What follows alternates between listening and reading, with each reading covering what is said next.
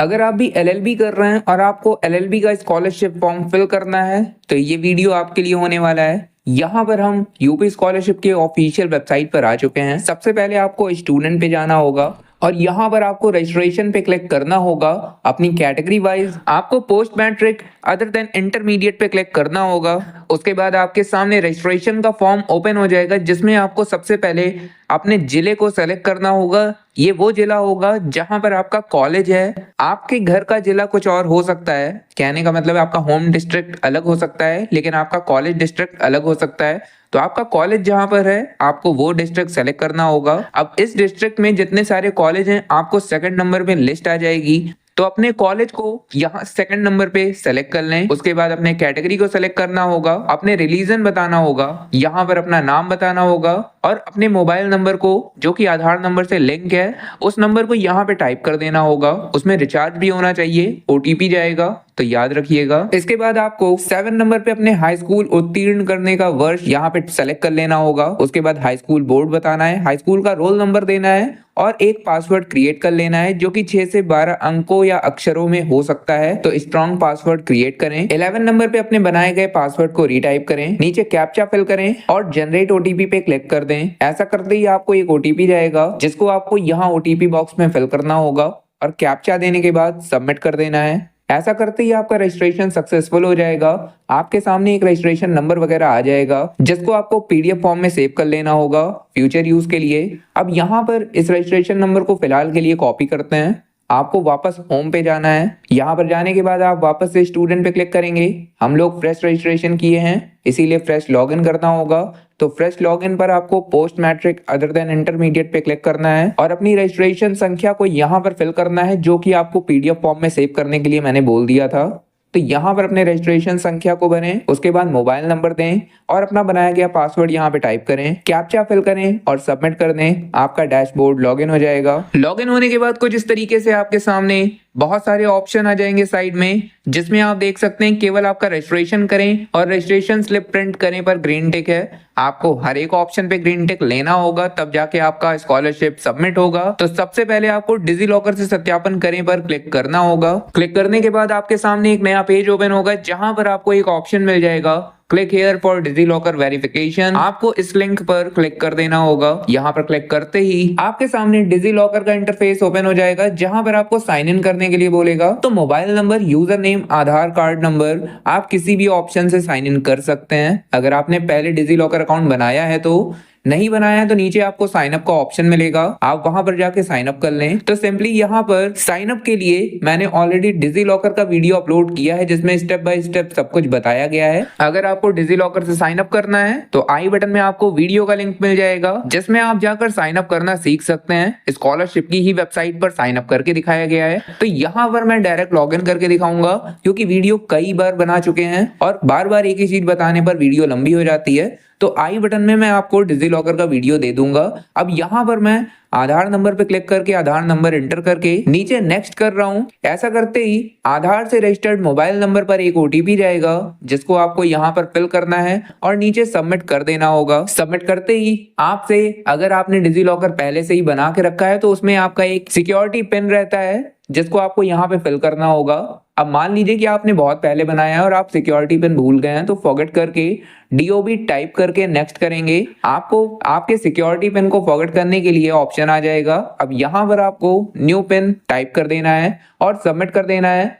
ऐसा करते ही आपका सिक्योरिटी पिन क्रिएट हो जाएगा और आपका डिजी लॉकर लॉग्ड इन हो जाएगा। अब यहाँ पर आप देख सकते हैं कि ऑटोमेटिक हर एक डिटेल यहाँ पर आ गया है। आपको किसी भी टिक पर छेड़खानी नहीं करना है। जितना भी टिक आपके सामने लगा हुआ है आपको लगा रहने देना है। नीचे आपको परमिशन दे देना है, अलाउ कर देना है। ऐसा करते ही आपके सामने आपकी आधार की पूरी डिटेल आ जाएगी। इसको आप अच्छी तरीके से एक बार चेक कर लें। चेक करने के बाद नीचे आपको वेरीफाई डिटेल पे क्लिक कर देना होगा। ऐसा करते ही आप डैशबोर्ड पे वापस पहुंच जाएंगे और यहाँ पर आपका डिजी लॉकर से सत्यापन करें ग्रीन टिक मिल चुका है। इसके बाद आपको चौथे ऑप्शन जो कि छात्रवृत्ति के लिए आवेदन पत्र फिल करना है, यहाँ पर आपको क्लिक करना होगा। क्लिक करने के बाद आपके सामने एप्लीकेशन फॉर्म ओपन हो जाएगा जो कि छात्रवृत्ति का है। यहाँ पर आपका रजिस्ट्रेशन ग्रीन टेक है, शैक्षणिक, निजी और शुल्क संबंधित, और आपका गत वर्ष का विवरण आपको देना होता है। यहाँ पर आपको गत वर्ष का विवरण नहीं दिख रहा है, लेकिन जैसे ही आप शुल्क संबंधित तक पहुंचेंगे आपको गत वर्ष का विवरण दिखने लगेगा। अभी आगे मैं आपको बताऊंगा, कुछ प्रॉब्लम भी आएगा इसमें, तो वो प्रॉब्लम का सॉल्यूशन भी दूंगा, तो वीडियो को बिना स्किप किए देखिए। अब यहाँ पर आपको पाठ्यक्रम का नाम या तो आपका नियमित होगा या तो स्वावित्त पोषित होगा, जो कि ऑटो सेलेक्टेड रहता है, और कई कई कॉलेज में दोनों कोर्स करवाए जाते हैं, इसलिए ऑटो सेलेक्टेड नहीं रहता है। तो आपको नियमित सेलेक्ट करके पाठ्यक्रम का नाम देख लेना है कि आप जो कोर्स कर रहे हैं वो आता है या नहीं। अगर नियमित में नहीं आता है तो स्वावित्त पोषित में आएगा, क्योंकि किसी भी कॉलेज में कोई भी कोर्स एक ही कोर्स टाइप में करवाया जाता है, चाहे वो नियमित हो चाहे वो स्वावित्त पोषित हो। तो यहाँ पर मैंने जो कॉलेज सेलेक्ट किया है वो KS. Saket PG college Ayodhya का है, जो कि डॉक्टर राम मनोहर लोहिया अवध यूनिवर्सिटी से एफिलिएटेड है, जिसमें आज एलएलबी के फॉर्म को फिल करना सिखाया जा रहा है। तो यहाँ पर जो के.एस. साकेत में एलएलबी का कोर्स कराया जाता है वो नियमित कोर्स है, तो यहाँ पर नियमित पे सेलेक्ट करते हैं। पाठ्यक्रम के नाम में बैचलर ऑफ लॉज यहाँ पे क्लिक कर देते हैं। उसके बाद आपको वर्तमान पाठ्यक्रम का ब्रांच भी bachelor of laws auto selected यहाँ पे दिख जाएगा। अगर ऑटो सेलेक्टेड नहीं है तो आप लिस्ट में सेलेक्ट कर लें। उसके बाद आपका चौथे नंबर पे पाठ्यक्रम का वर्ष अवधि ऑटोमेटिक आ जाएगा। वर्ष होता है कि आप किस साल में पढ़ाई कर रहे हैं, और अवधि होता है कि आपके जो कोर्स का ड्यूरेशन है वो कितने साल का है। जैसे कि एलएलबी का 3 साल का होता है, बीएलएलबी का 5 साल का होता है, तो इसी तरीके से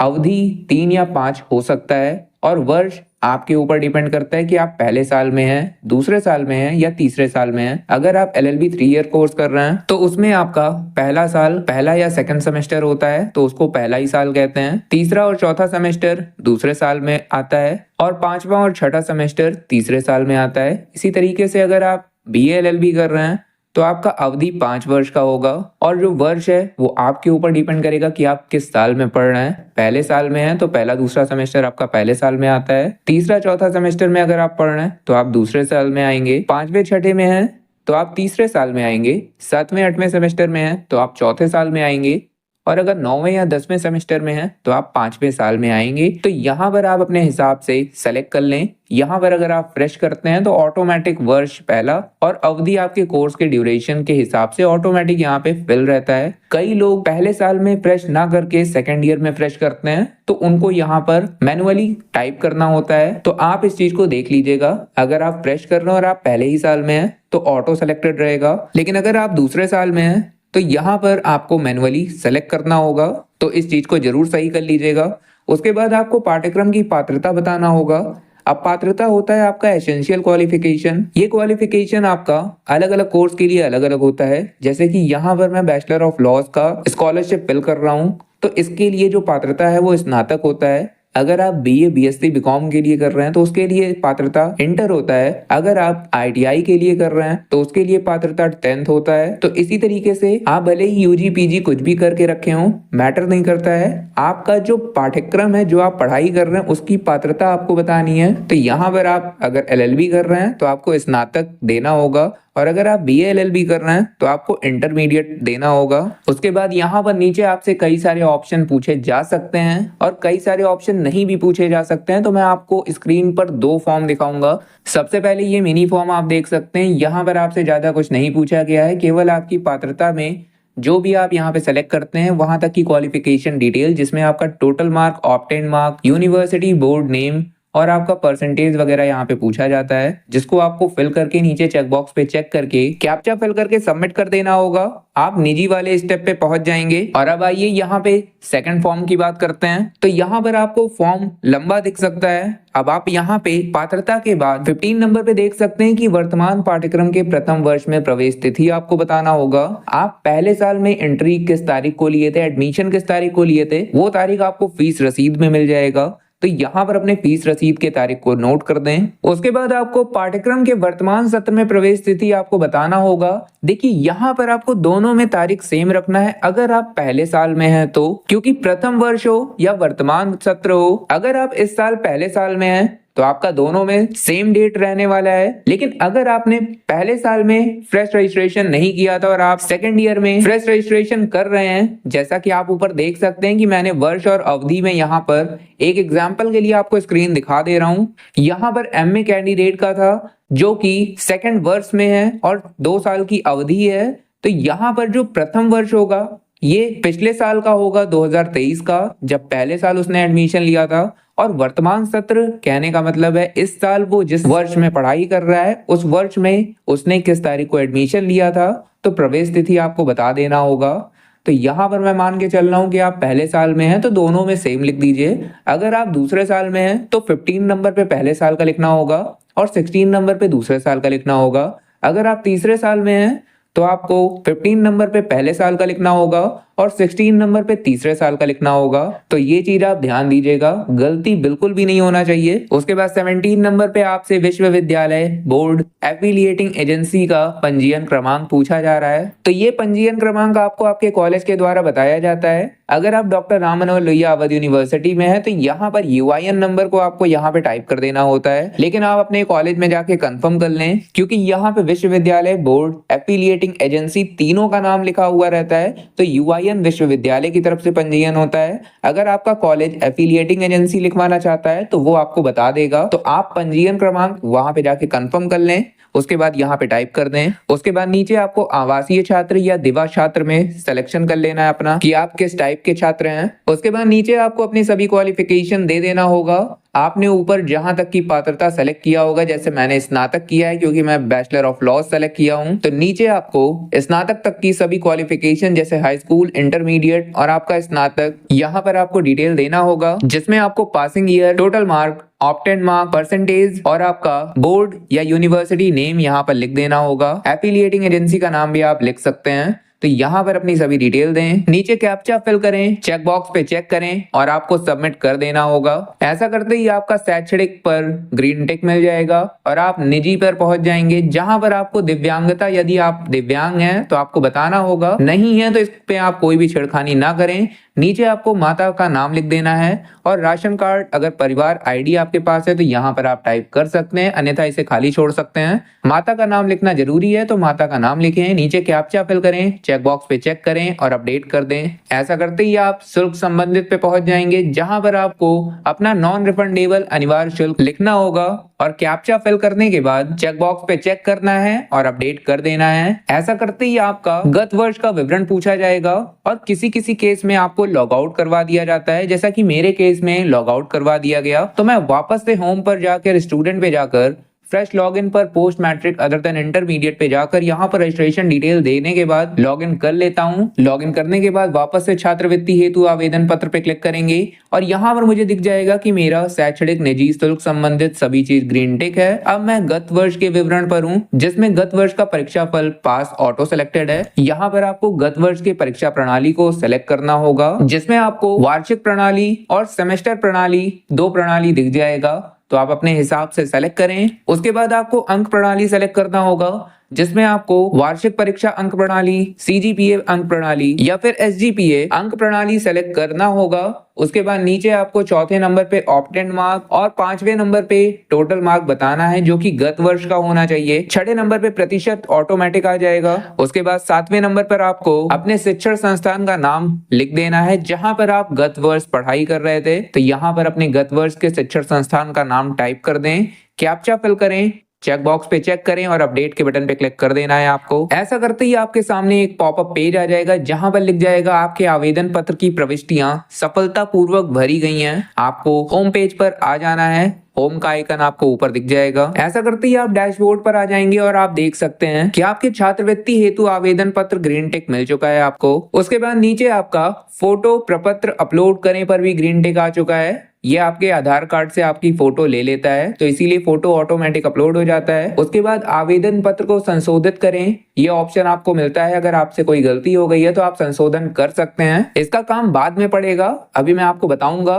तो यहाँ पर ना जाकर आपको आय एवं जाति प्रमाणीकरण हेतु यहाँ पर क्लिक करना है और अपने आय एवं जाति प्रमाण पत्र को यहाँ पर वेरीफाई करवाना होगा, जिसके लिए सबसे पहले आप देख सकते हैं आय प्रमाण पत्र का आवेदन फॉर्म संख्या पूछा जा रहा है और प्रमाण पत्र क्रमांक पूछा जा रहा है, जो कि आपके इनकम सर्टिफिकेट पे ऊपर ही मिल जाएगा। तो यहाँ पर आप टाइप करें उसके बाद नीचे कैप्चा फिल करने के बाद सबमिट कर देना है। नीचे आपकी पूरी डिटेल आ जाएगी। आपको वेरीफाई इनकम डिटेल पे क्लिक करके अपने इनकम सर्टिफिकेट की डिटेल को वेरीफाई कर देना होगा। ऐसा करते ही आपको सेम पेज पर रिडायरेक्ट कर दिया जाएगा और यहाँ पर आपसे जाति प्रमाण पत्र आवेदन फॉर्म संख्या और प्रमाण पत्र का क्रमांक पूछा जाएगा। तो इसे फिल करें, कैप्चा फिल करें और सबमिट करें। यहाँ पर आपका जाति प्रमाण पत्र का डिटेल आ जाएगा।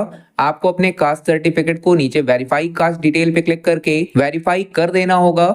ऐसा करते ही इस बार आपको रिडायरेक्ट कर दिया जाता है आपके डैशबोर्ड पर, जहां पर आप देख सकते हैं कि आपका आय एवं जाति प्रमाणीकरण हेतु ग्रीन टिक मिल चुका है। आपको प्रमाणीकरण हेतु आधार नंबर डालने पर क्लिक करना होगा और यहाँ पर आपकी डिटेल आ जाएगी। नीचे छात्र छात्रा का नाम और डेट ऑफ बर्थ लिखा रहता है। तीसरे और चौथे नंबर पे आपको आधार डेमोग्राफिक ऑथेंटिकेशन के लिए अपने आधार नंबर को देना होगा। तो आधार नंबर फिल करें दोनों ही बॉक्स में। नीचे चेक बॉक्स पे चेक करें, कैप्चा फिल करें और वेरीफाई आधार पे क्लिक करना है। ऐसा करते ही आपका आधार कार्ड वेरीफाई हो जाएगा और आप यहाँ पर देख सकते हैं कि आपको यहाँ पर भी ग्रीन टिक मिल चुका है। उसके बाद आता है एनपीसीआई सत्यापन, जो कि ऑटोमेटिक ग्रीन टिक आपको मिल जाएगा अगर आपका बैंक एनपीसीआई से सत्यापित है। तो अगर आपका एनपीसीआई सत्यापन ग्रीन टिक नहीं मिलता है तो आप अपने बैंक में जाके एनपीसीआई लिंक करवा लीजिए। उसके बाद यहाँ पर आपका एनपीसीआई सत्यापन हो जाएगा। उसके बाद नीचे आपको यहाँ पर automatic high school roll number प्रमाणीकरण हेतु भी ग्रीन टिक मिल जाएगा।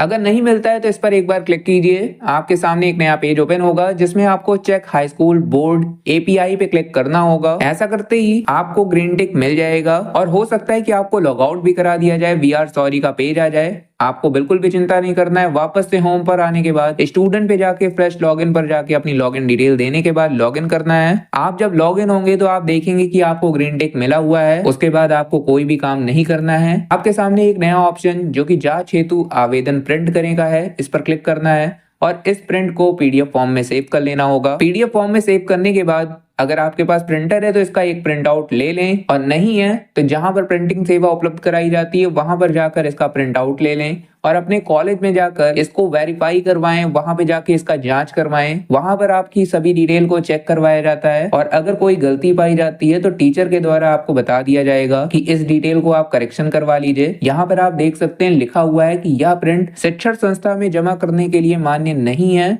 तो इसीलिए केवल आपको जांच के लिए कॉलेज में ले जाना होता है। जांच करवाने के बाद अगर कोई गलती निकलती है तो आपको वापस से आने के बाद अपने डैशबोर्ड को लॉगिन करना होता है और लॉगिन करने के बाद यहाँ पर जो आपको ऊपर ऑप्शन मिला हुआ है आवेदन पत्र को संशोधित करें, यहाँ पर जाने के बाद आपके टीचर के द्वारा जो गलती बताई गई है उसको आप यहाँ पर सुधार कर लें। सुधार करने के बाद आपको वापस से जांच हेतु आवेदन पत्र प्रिंट करें पर क्लिक करने के बाद एक नया आवेदन पत्र निकाल लेना होगा जिसमें आपको खुद से देखना है कि आपने जो करेक्शन किया वो परिवर्तित हुआ या नहीं हुआ। कहने का मतलब है चेंज हुआ या नहीं हुआ। अगर आपको लगता है कि आपके टीचर के द्वारा जो बोला गया था वो आपने करेक्शन कर लिया है और जांच हेतु आवेदन पत्र प्रिंट करें में वो करेक्शन हो चुका है तो आपको वापस से ऊपर बैक बटन पे क्लिक करना होगा और नीचे जांच के उपरांत आवेदन पत्र सबमिट करें। संस्था में जमा करने के लिए आवेदन पत्र का प्रिंट 3 दिन बाद अवश्य करें। यहाँ पर क्लिक करना होगा। क्लिक करते ही आपका जो एप्लीकेशन है वो लॉक हो जाएगा। स्टेप 6 आपको यहाँ पे लॉक दिखेगा। उसके बाद जिस भी दिन आप ये काम करेंगे उसके ठीक 72 घंटे के अंदर यहाँ पे लिखा रहता है 3 दिन, लेकिन आपको 2 दिन के अंदर भी मिल सकता है और सर्वर इशू की वजह से आपको 1 हफ्ता भी लग सकता है। तो यहाँ पर आपको संस्था में जमा करने के लिए अभी इस समय क्लिक नहीं होगा। आप जिस भी दिन लॉक करेंगे उसके 3 दिन बाद यहाँ पर क्लिक होकर आपका जो मेन प्रिंट है वो आप यहाँ पर क्लिक करके निकाल पाएंगे। उसको आप प्रिंट करवा के अपने कॉलेज में जमा कर दीजिएगा। बस आपका काम यहाँ पर खत्म हो जाता है। उसके बाद आपका कोई भी काम नहीं रहेगा। यूपी स्कॉलरशिप का फॉर्म आपका सक्सेसफुली कंप्लीट हो चुका है। अगर अभी भी कोई डाउट है, कोई भी क्वेरी है किसी भी स्टेप को लेकर तो नीचे आप कमेंट कर सकते हैं, आपका रिप्लाई मिल जाएगा। आपके हर एक प्रॉब्लम को दूर किया जाएगा। तो आज के लिए इस वीडियो में बस इतना ही। जल्द मिलते हैं किसी नए टॉपिक के साथ। तब तक के लिए अगर इस वीडियो से आपको कोई हेल्प मिली हो तो इस वीडियो को एक लाइक करें और चैनल पे नए हैं तो चैनल को सब्सक्राइब करके बेल आइकन जरूर प्रेस कर दें जिससे ऐसे ही अपडेट्स आपको मिलते रहें। धन्यवाद।